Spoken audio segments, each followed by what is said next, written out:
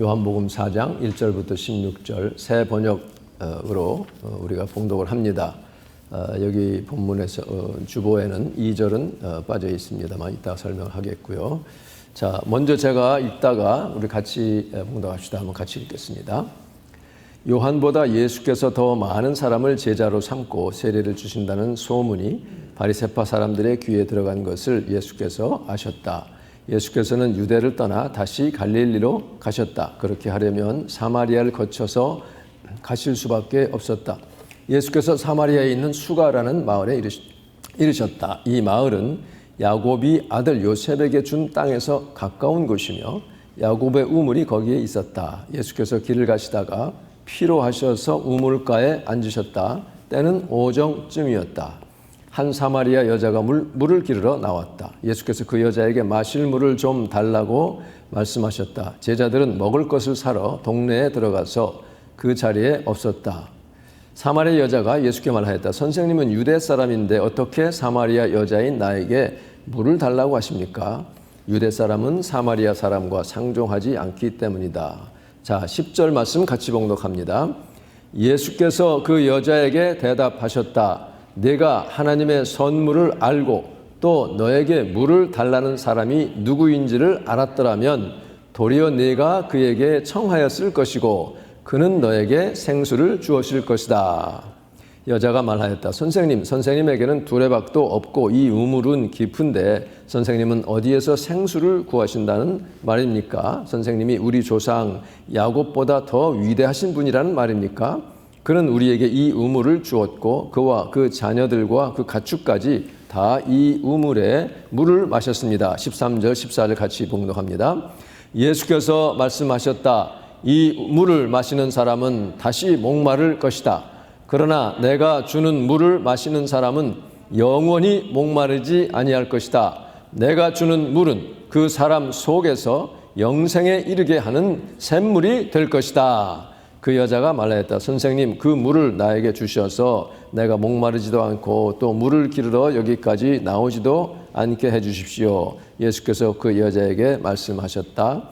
가서 내 남편을 불러오너라. 이것은 하나님의 말씀입니다. 하나님께 감사. 오늘은 여기까지만 일단은 봉독을 하는데요. 찬양 쪽지에 보면 26절까지 또 나와 있습니다. 참고로 하시겠습니다. 사마리아 우물가 여인을 만나신 예수님, 그 여인과 예수님의 이야기 오늘은 제1편입니다. 오늘 다 하지를 못하고요. 아까 장로님께서 기도하신 대로 지금 어제 저녁 뉴스를 보니까 미국 전 지역에서 50개 주, 거의 대부분 주에서 우리 뉴욕, 뉴저지도 포함해서 이 코로나 발병 건수가 지금 늘어나고 있다고 보도가 되어 있죠. 특별히 델타 베리언트 때문에 그렇습니다.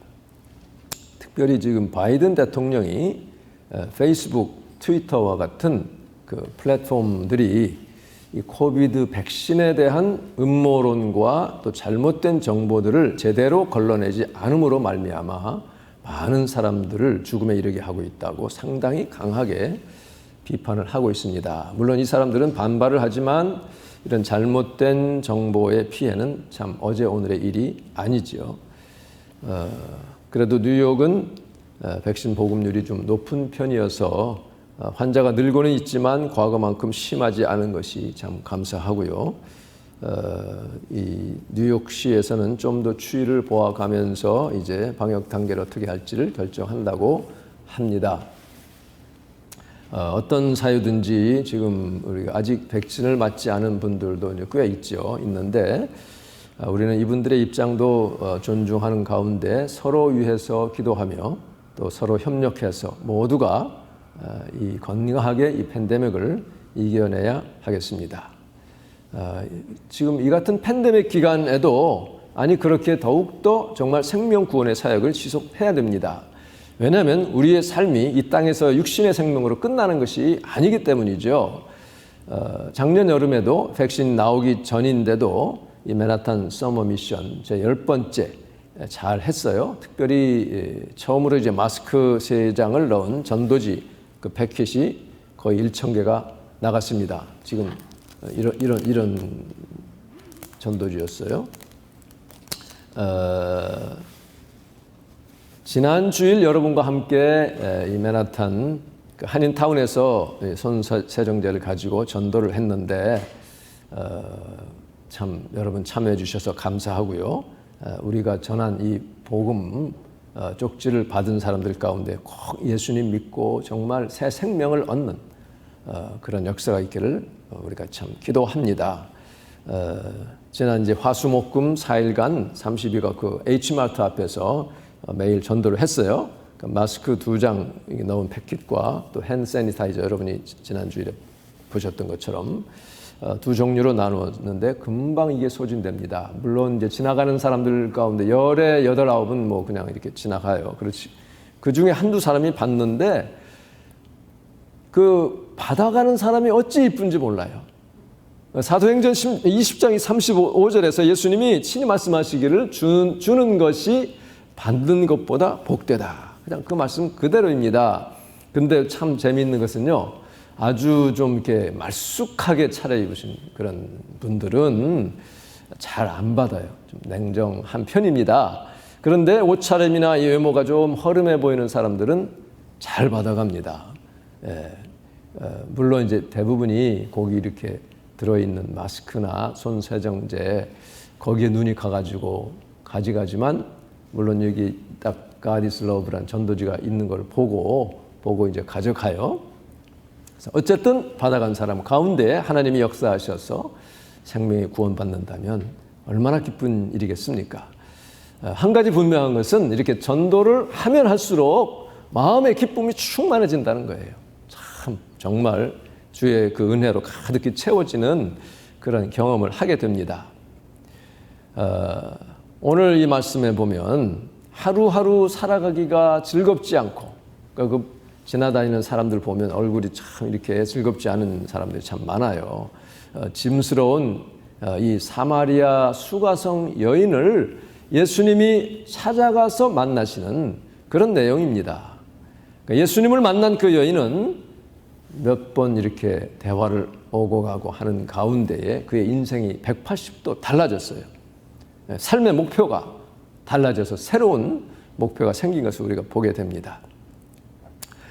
오늘 이 본문에 이르기까지 제 4장 오늘 이제 1절 여기에 이르기까지의 그 배경 또 그 예수님의 근황을 조금 정리를 해보면 예수께서 이제 공생의 첫 번째 유월절 기간에 예루살렘에 가셔서 성전 청결을 하시죠. 2장에 나오죠. 그 기간 중에 3장에 보면 밤중에 니고데모가 찾아와서 그를 만나는 이야기가 나옵니다. 그리고서는 제자들과 함께 그 예루살렘을 이제 벗어난 유대 지역, 예루살렘도 유대 지역에 있지만 벗어나서 지방으로 가셔서 함께 기거하시면서 세례를 베풀었다 하는 말씀이 나옵니다. 오늘 2절은 안 읽었지만 예수님이 직접 베푸신 것이 아니라 제자들을 시켜서 이 사역을 대리게 한 것입니다. 그러니까 예수님의 그 영적인 그 지도와 우산 아래에서 했기 때문에 그것은 예수님이 한 거나 마찬가지의 효과가 있는 것이죠. 자, 근데요, 이제 그 예수님의 이 그 사역에 대해서 좀 예수님이 좀 경계하지 않을 수 없는 그런 소문이 바리새인들 사이에 퍼졌다는 소식이 예수님 교회까지 들려옵니다. 그래서 사실은 이제 예수님이 직접 한 것은 아니지만 어쨌든 그 예수님이 한 거나 마찬가지 그런 지금 일들이 진행이 됐는데 예수님은 사역 초기부터 이 바리새인들의 주목을 받고 방해를 받으면 안 되기 때문에 그가 고난 받을 때가 아직 이르지 않았기 때문에 유대 지역, 팔레스타인 남부 유대 지역에서 사역을 일단 접고 그 북쪽 갈릴리 예수님이 자라났던 고향이 있는 갈릴리 지역을 향해서 걸음을 옮기십니다. 그런데 그 유대와 갈릴리 사이 그 중앙지대가 바로 사마리아 지역이었어요. 근데 이 사마리아는 그 기원이 주전 880년경으로 거슬러 올라갑니다. 다윗이 완전한 통일 왕국을 이루고 그 아들 솔로몬 때 융성했다가 솔로몬의 아들 때에서 나라가 남북으로 갈라지잖아요. 갈라지고는 북왕국의 아주 악한 왕인 6대 왕이 바로 오므리라는 왕입니다. 그 아들이 최악의 왕인 아합이죠. 근데 아합의 아버지 오므리가 세멜이라고 하는 사람 또는 어떤 부족에게서 그 바위산 지역을 삽니다. 사서 그 세멜의 이름을 좀 따가지고 사마리아라고 이름하고 도시를 건설하고 그것을 북왕국의 수도로 삼은 데에서부터 이 사마리아가 출발을 합니다. 그래서 이것이 도시 이름이었는데 그 이후에 이제 넓은 지역, 바로 중원이죠. 이스라엘 그 중앙 지역 전체를 또 사마리아라고도 이렇게 부르게 됐어요. 그래서 북이스라엘을 이렇게 부를 때에 사마리아라고 부를 때도 있고요. 또는 이제 이 뒤에 나오지만 요셉의 아들 중에 에브라임과 므낫세가 있는데 이 에브라임 지파가 가장 크기 때문에 에브라임 하고 부를 때는 이것이 또 북이스라엘 전체를 가리키는 칭호가 되기도 합니다. 자, 오늘 이 본문이 말하고 있는 이 사마리아가 바로 이렇게 넓은 지역, 그 중앙 지역을 말하고 있습니다. 자, 그런데요, 왜 사마리아랑 이 사람이랑 유대인들이랑 서로 상종을 안 했습니까? 왜냐하면 주전 722년에 북이스라엘 왕국이 이제 북이스라엘 왕국이 그 아수르에게 멸망당하잖아요. 그런데 그 아수르의 정책은 자기 점령지의 사람들을 딴 데로 강제로 이주시키고 아수르 사람들 거기다 이렇게 이주시켜서 혼혈을 만드는 것이 그들의 정책이었습니다. 그래서 그만 그것이 혼혈족이 됐고 그들은 자기네 이방 신을 그곳에서 섬겼습니다. 그러니 남유대 족속들은 그때로부터 사마리아인들을 아주 혐오하고 멸시를 하게 됐습니다. 그런데 그 아수르가 바벨론에게 또 망하지요. 그리고 나서 남유다가 바벨론에게 망해서 포로로 잡혀갑니다. 그랬다가 70년 만에 돌아왔을 때는 이 사마리아 사람들과 계속 긴장 관계, 비호감 관계가 계속 지속이 됐습니다.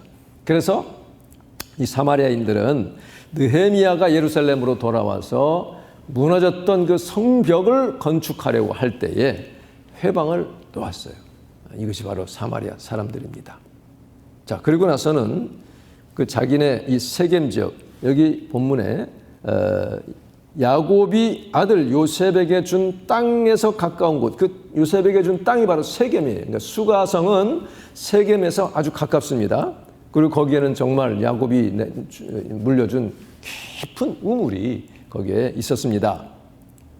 그 세겜 지역을 마주보는 그리심산이라고 하는 곳에 예루살렘 성전과 라이벌되는 성전을 거기다 세워놓고 제우스 제니우스라고 하는 이방신에게 그것을 봉헌을 합니다.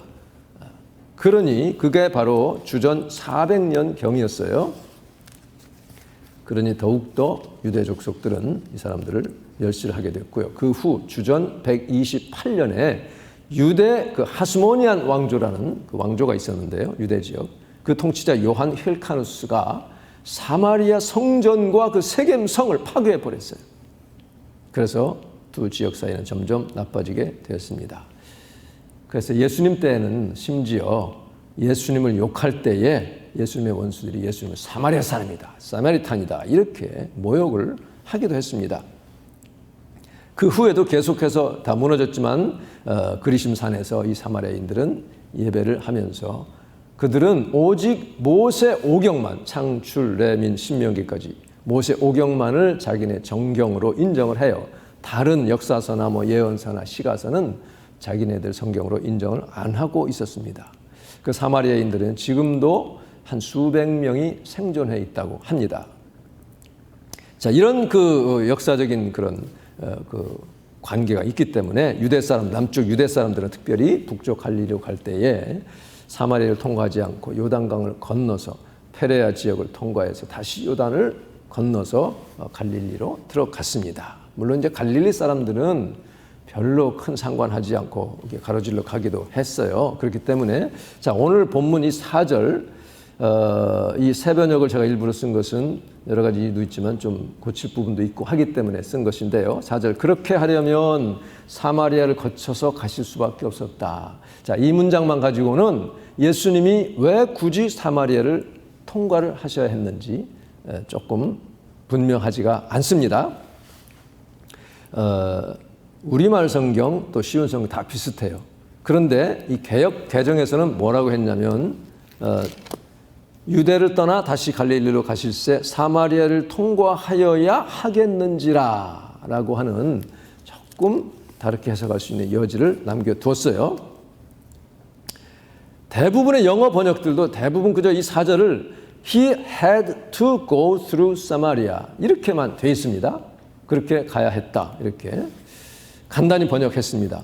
그러니까 이것만 가지고 왜 통과해야 했는지 잘 분명하지 않아요. 그런데요, NRSV, New Revised Standard Version, 거기서는요, 그 he had to go through Samaria 앞에 but라는 단어를 넣었어요. but, 그러나, 그는 지금 유대를 떠나 다시 갈릴리로 이제 출발을 했는데, 그렇지만, but he had to go through Samaria. 그렇죠? 조금 다르죠? 그리고 Contemporary English Version, CEV에서는요, 이렇게 넣었어요. This time, 이번에는 he had to go through Samaria. 이번에는 사마리아를 통과해야 했다. 이렇게 번역을 해가지고 왜 예수님이 굳이 사마리아를 통해 갔는지 하는 내용을 여기서 말하고 있어요. TPT라고 The Passion Translation에서는 각주에 이런 해설을 실었습니다. 유대인들은 사마리아인들을 멸시했기 때문에 상종하지 않으려고 요단강 동쪽으로 지나다녔는데 그 이유는 혼혈인 것과 그죠? 사마리아인들이 예루살렘 대신에 그리심산에서 예배를 했기 때문이었다. 지금 설명한 대로입니다. 그 다음 말이 중요해요. 주 예수는 그 지역에, 즉 사마리아 지역에 구주, 세이비어를 필요로 하는 영혼들이 있었기에 사마리아를 통과해서 가셔야 했다 하는 예수님의 의도가 분명히 거기에서 나와 있습니다. 자, 그러니까 예수님이 다른 유대인들처럼 동쪽으로 돌아가지 않으시고 일부러 사마리아를 통과해서 가시고자 했던 그 이유가 무엇인지 좀 더 분명해집니다. 자, 5절을 보면 사마리아에 있는 수가라 하는 동네에 이르시니 야곱이 그 아들 요셉에게 준 땅이 가깝고 이렇게 되어 있어요.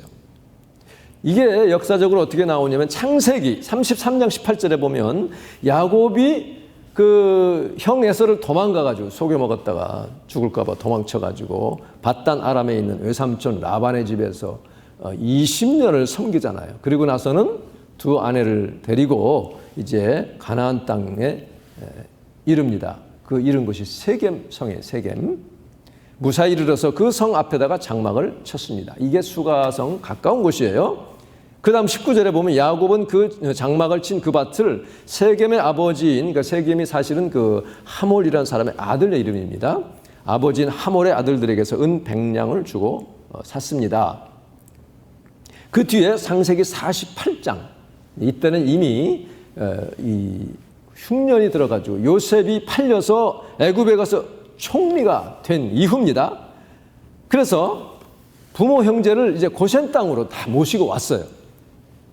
그때 이스라엘이 요셉에게, 이스라엘이 즉 야곱이 이름이죠. 야곱이 요셉에게 말합니다. 나는 이제 곧 죽는다. 그러나 하나님이 너희와 함께 계시고, 자기 자손들을 축복하는 거예요. 너희를 조상들의 땅으로 돌아가게 하실 것이다. 그리고 내 형제들 위에 군림할 너에게는, 즉 요셉이 형제들 위에 군림할 터인데 세겜을 더 준다. 이렇게 말했어요. 즉 야곱이 여기 보면 그 아들 요셉에게 준 땅, 이게 세겜입니다. 가깝다고 그랬어요. 그러면서 뭐라고 했냐면 참 재밌습니다. 창세기 48장 22절에 세겜은 내가 칼과 활로 아모리 사람의 손에서 빼앗은 것이다. 자, 야곱이 지금 이 말할 때는 그런 일은 없었어요. 이건 뭘 말하냐면 바로 예언적인 과거형입니다. 앞으로 그렇게 일어날 일인데 너무나 확실하게 주님이 주신 것이고 일어날 일이기 때문에 그 확실한 미래의 일을 성령의 영감 가운데 받았기 때문에 이것을 일어난 일로, 이미 일어난 일로 지금 얘기를 하는 거예요. 즉 자기 자손이 그렇게 할 것을 지금 자기가 한 것으로 지금 얘기를 하고 있습니다. 야곱은 장래에 일어날 일들을 이미 이루어진 것으로 표현을 합니다. 아모리 족속, 아모리 족속에서 이제 칼과 활로 빼앗았다고 그랬는데, 이 아모리 족속은 가나안 7족속 중에서 가장 강한 족속이었어요. 그래서 가나안 7족을 말할 때 아모리 족속이 하나의 대표격으로 말할 때도 있습니다. 이것이 나중에 여호수아 때, 즉 출애굽 다 하고 강 건넌 다음에 이제 여호수아 때 가나안 이제 정복을 하잖아요. 그때 성취가 돼요. 한참 뒤에 성취가 되는 거죠. 이 가나안 정복 전쟁을 통해서 세겜은 요셉의 아들 므낫세 지파에 속하게 됩니다. 그러니까 요셉의 아들이 므낫세와 에브라임이 있는데, 므낫세 반지파는 요단강 동쪽에서 정착을 했고, 나머지 반지파, 그 지파가 차지한 그 안에 세겜 땅이 있고, 거기 수가성이 그 옆에 있는 거예요. 그러니까 우물을 또 거기서 이제 성경에는 안 나오지만 정확히 지금도 그 우물이 있습니다. 여호수아 24장 32절에 보면 이스라엘 자손은 이집트에서 가져온 요셉의 유해를 세겜에 묻었다. 자, 그곳은 야곱이 세겜의 아버지 하몰의 자손에게서 금 100냥을 주고 산 땅인데 요셉 자손의 유산이 된 곳이다. 요셉 자손 므낫세의 유산이 된 곳입니다. 그래서 지금 오늘 본문에 야곱이 그 아들 요셉에게 준 땅이 가깝다라고 얘기하고 있어요. 근데 그 수가성에는요, 지금도 깊은 우물이 있습니다. 그래서 성지순례 내지는 관광 지역으로 많은 사람들이 지금도 찾고 있는 곳입니다. 이게 75피트 정도라고 해요. 20m가 넘습니다. 굉장히 깊습니다. 예. 그러니까 이 뒤에 보겠지만 이 우물은 깊은데 물기를 두레박도 없으면서 어떻게 나에게 물을 주겠습니까? 생수를 주려고 합니까? 이렇게 물어본 이유가 깊기 때문에 그렇게 말을 한 거예요. 그러니까 이 사마리아 여인에게 있어서 야곱은 자기들 족속에게는 아주 짱이에요, 짱. 정말 대단한 자부심을 갖고 있었어요. 그러니까 지금 이것을 막 내세우는 것입니다. 자, 여기서요, 잠시 요한복음 3장에 나오는 이 니고데모와의 만남, 그리고 4장에 나오는 수가성 여인과의 만남을 한번 묘하게 대조가 되는 것을 우리가 볼 수가 있습니다. 자, 니고데모는 지난번에 본 것처럼 예수님을 찾아오죠. 언제 찾아옵니까? 밤중에 몰래 찾아옵니다. 근데 여기 4장에서 예수님은 사마리아 성 수가성 여자를 찾아가십니다. 이 여자가 찾아온 게 아니에요. 예수님이 찾아가셔요. 그 예수님은 이렇게 정말 소외된 사람들, 약자들, 사람들에게 멸시 천대받는 사람들을 정말 아주 그 마음이 그 사람들을 향해서 이렇게 있는 것을 우리가 알게 됩니다. 그냥 놔두면 오지도 않고, 그러니까 그렇게 사랑과 관심을 남다르게 보여준 것을 보게 돼요. 여러분, 정말 마음이 상하고 아무도 나를 찾아주는 사람이 없다고 느껴지는 그때에 주님께 엎드리시면요, 이미 주님은 기다리고 계셨고, 내가 주님 찾은 것 같지만 주님이 먼저 여러분 찾아오신 것을 믿으시기를 바랍니다. 여러분, 그리고 이제 예수님은 대낮에 난 12시에 그것을 찾아가시죠. 그리고 니고데모는 남자입니다. 그리고 이름이 있어요. 니고데모라는 이름이 있어요. 근데 이 수가성 우물가 이 사람은 여자인데다가 이름도 없는, 정말 존재 없는 그런 사람이에요. 그리고 니고데모는 유대 민족입니다. 혈통의 정통성을 아주 자랑스럽게 여기는 유대족인데, 사마리아 여자는 혼혈족입니다. 크게 대조를 가지고 있어요. 니고데모는 고관입니다. 권력자예요. 그리고 율법 교사요, 바리새파 사람으로서 존경을 받는 사람입니다. 도덕적으로 훌륭하게 참 살고 있기 때문에 명예가 높은 그런 사람이에요. 그러나 이 사마리아 여인은 하류층이에요. 평민입니다. 신분도 없고요. 그리고 정말 이 뒤에 보겠지만 좀 부도덕한 그런 삶이 있어서, 그런 흔적이 있어서 불명예스러운 그런 사람이었어요. 그런데 예수님은 이 사람을 무정 찾아가셨다는 것이에요. 그리고 또 재밌는 것은 니고데모를 향해서는 밤에 찾아왔는데 예수님이 뭐라고 했어요? 네가 물과 성령으로 위로부터 나지 않고서는 하나님 나라를 볼 수가 없다. 요구하시는, 너 거듭나야 된다라고 그렇게 아주 강하게 말씀하십니다. 그런데 이 사마리아 여인에게는 생수를 선물로 주시는 거예요. 생수를 선물로 주셔요. 자, 정말 큰 대조가 됩니다. 그러니까 니고데모는 교만했고요. 부족한 게 없는 사람이었죠. 더 뭐 필요한 게 없었어요. 한 가지 부족한 것 거듭났어야 되기 때문에 예수님이 그렇게 그걸 푸시한 것이고, 이 여인은 너무나 정말 찢기고 답답하고 인생이 풀리지 않고 삶이 너무나 힘든 그 여인에게 생수의 선물을 주신 것을 우리가 보게 됩니다. 예수님은 성령을 한량없이 받고 계셨기 때문에 그 여인의 영혼이 매우 피곤하고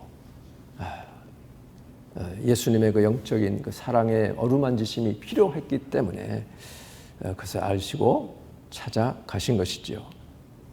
우리가 이 성령의 은사 가운데에 여러 가지 은사들 중에 처음에 나오는 게 지식의 말씀, 고린도전서 12장에 지식의 말씀이 나오죠. Word of knowledge.